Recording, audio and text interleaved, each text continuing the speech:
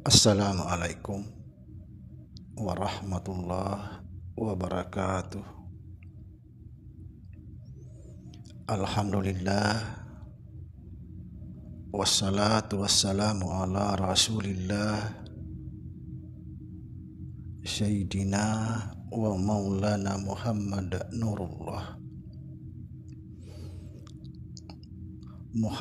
Nurullah sirri wa sirri fi sirri la Allahu asma wal sifati.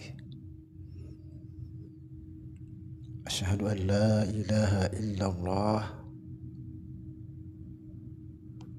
wa asyhadu anna Muhammadar Rasulullah. Allahumma la ilaha illa antal awalu wal akhiru wa antal batinu wassahiru la haula wa la quwata illa billah. Saudara-saudara yang saya cintai dan yang saya sayangi dimanapun berada, semoga senantiasa dalam bimbingan Allah Subhanahu wa Ta'ala, diberikan rahmat sehat jasmani dan rohani, rahmat panjang umur insyaallah, serta rahmat ilmu dan rahmat kesejahteraan dunia akhirat. Amin ya rabbal alamin. Saudara-saudaraku semuanya yang telah mengikuti saya, tetap istiqomah di dalam pengetahuan kita, terutama yang sudah mengalami, yang sudah bisa merasakan, yang lebih khusus yang sudah mendapat baiat yang ada di dalam grup. Pasti saudara bisa merasakan bagaimana mengalami Tuhan. Pasti saudara bisa membedakan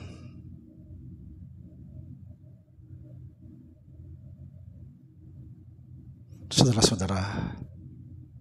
Tetap istiqomah di dalam pengetahuan kita, pengetahuan mencapai ma'rifat yang sesungguhnya.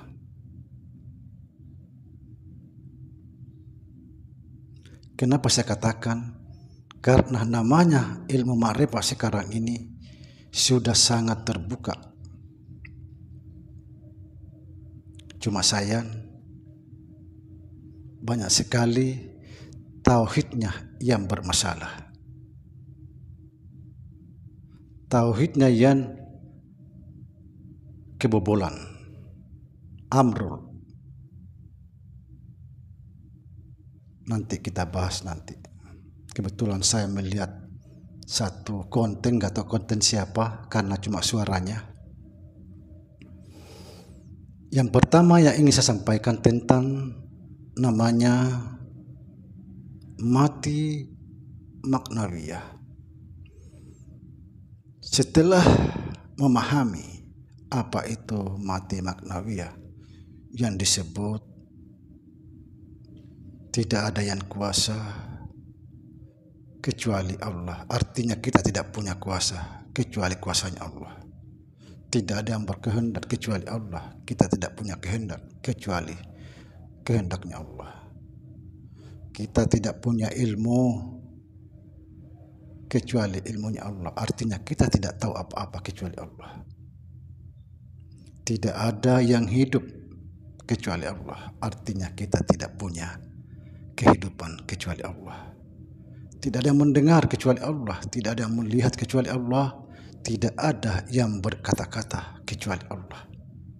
Kita tidak punya daya upaya. Ini semua benar. Tapi ini yang saya katakan, panah seperti ini adalah panah yang paling rendah. Benar, bukan salah, benar. Tapi panah masih rendah.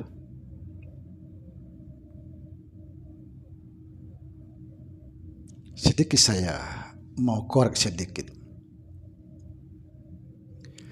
Ketika kita berpandangan bahwa inilah betul-betul fana,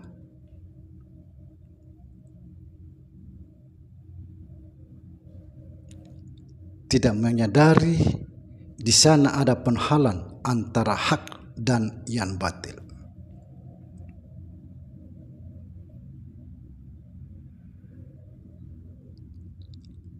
Antara hak dan yang batil. Kira-kira siapa yang memilih antara hak dan yang batil? Apakah kita atau Allah? Kalau seandainya kita samakan bahwa tidak ada yang mendengar kecuali Allah, tidak ada yang melihat, tidak ada yang berkata-kata dan lain sebagainya. Kalau kita mau disamakan, tidak ada yang memilih selain Allah. Ketika Allah memilih antara hak dan yang batil, itu artinya Allah terhukum. Karena hak dan yang batil itu adalah hukuman bagi manusia.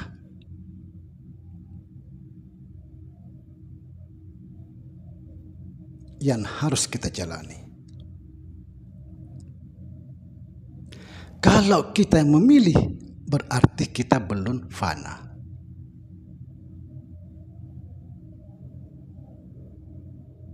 Masa sih ada orang panah memilih? Lalu siapa yang memilih antara hak dan batil?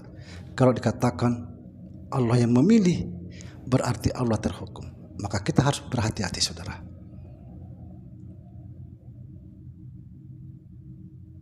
Tapi kita tidak menyalahkan masalah ini. Ini benar.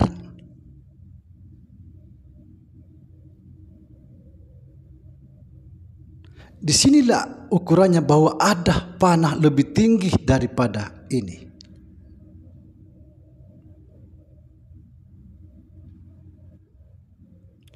Diperkuat, saya pernah membaca kitabnya Datuk Ambulun.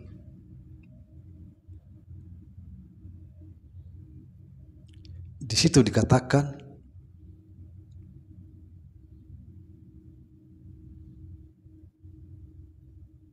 kalau kita menganggap Allah yang mendengar, Allah yang melihat, Allah yang dan sebagainya, kita tidak punya pendengaran, ini fana yang paling rendah. Ini saya pernah membaca kitab Datuk Ambulun. Nah, kalau saya kaitkan dengan keilmuan saya yang saya pahami dari kakek saya, begitu juga saya sampaikan di dalam grup saya, sangat bersesuaian. Subhanallah.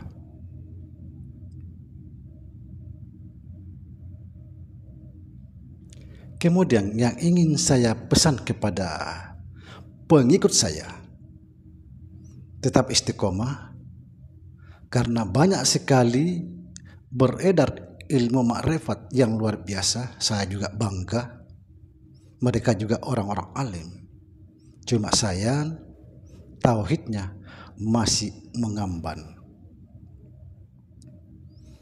Kebetulan 1 minggu yang lalu ada lewat di beranda saya sampai saya geleng-geleng kepala.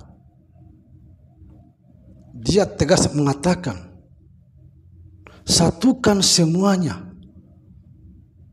Tidak ada lagi, yang ada Muhammad semuanya. Kita semua sudah tiada, sudah kiamat dunia.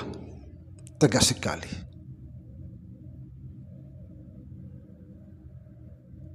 Tidak ada lagi katanya semuanya, yang ada hanya Muhammad. Kita ini mau bertauhid kepada Muhammad, apa mau bertauhid kepada Allah?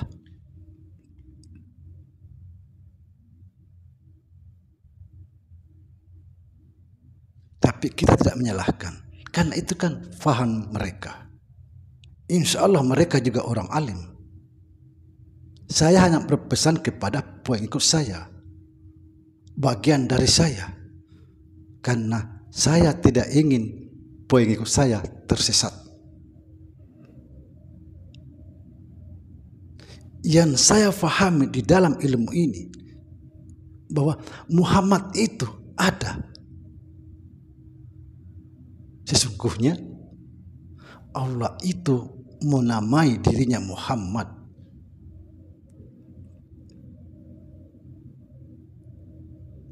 Kita ini dari Allah, kembali kepada Allah. Awalnya kita Allah, akhirnya pun Allah.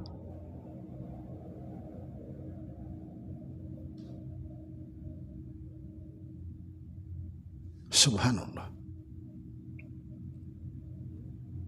Saudara-saudara, terutama yang sudah mendapat baiat, pasti saudara bisa membedakan. Bahkan saya mengatakan bahwa saudara sekarang aman, kepala tidak pusing, tidak berputar-putar sana sini, putar bolak-balik. Tidak ada tujuan. Tujuan Allah, Allah, Allah, tapi tidak tahu Allah. Tujuan Tuhan, Tuhan, Tuhan, tapi tidak tahu Tuhan.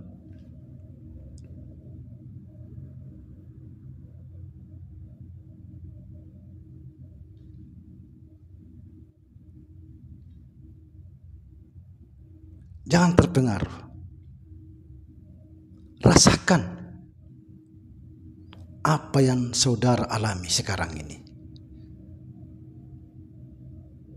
Karena banyak sekarang ilmu-ilmu, tapi semua itu benar. Saya tidak menyalahkan itu. Saya yakin mereka-mereka adalah ulama-ulama. Tapi apa yang dipahami mereka, itu bagian dari mereka. Apa yang kita paham, itulah bagian dari kita.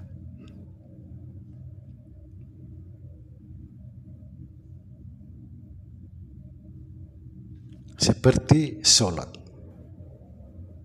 Ada yang menarik napasnya, baru takbir Allahu Akbar. Saya anggap, mohon maaf, ini salah jalan.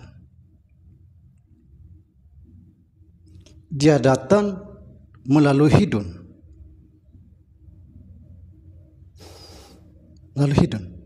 Pas dia kembali melalui mulut, salah jalan. Coba perhatikan saudara, tarik nafas, angkat Allah. Tidak ada keluar hidung, keluar mulut, salah jalan.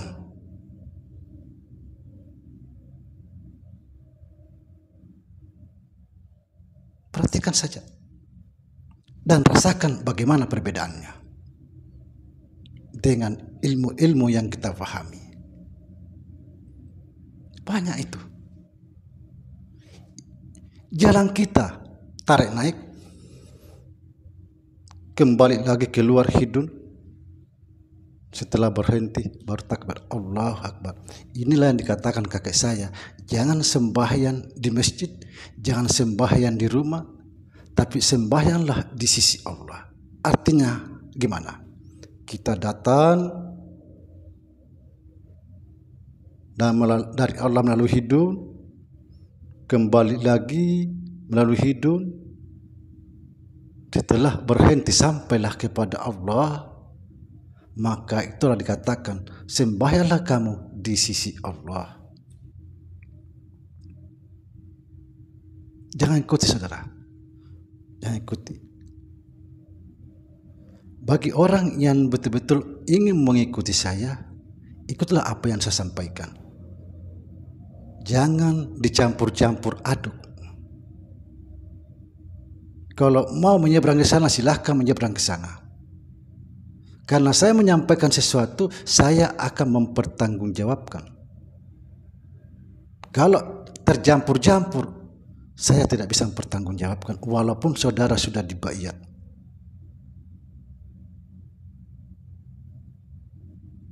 Rasakan sendiri, pasti bisa membedakan.